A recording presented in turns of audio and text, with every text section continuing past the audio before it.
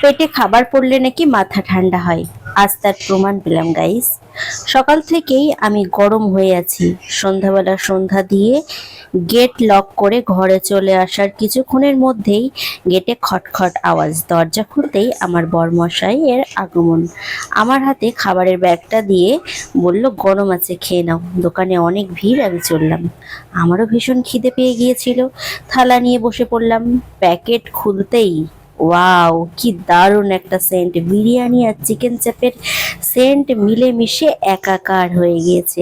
আমার মুখের এক্সপ্রেশন দেখে নিশ্চয়ই বুঝতে পারছো খাবারটা কতটা টেস্টি ছিল। আজ কিন্তু বিরিয়ানিটা আলাদা দোকান থেকে এনেছিল।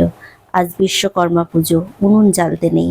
পুজোর আগের দিন রান্না বান্নার নিয়মটা অসুচের কারণে করিনি, অতএব আজ ঘরে খাবার নেই।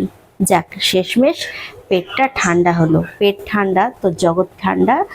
রাগ একেবারে উধাও।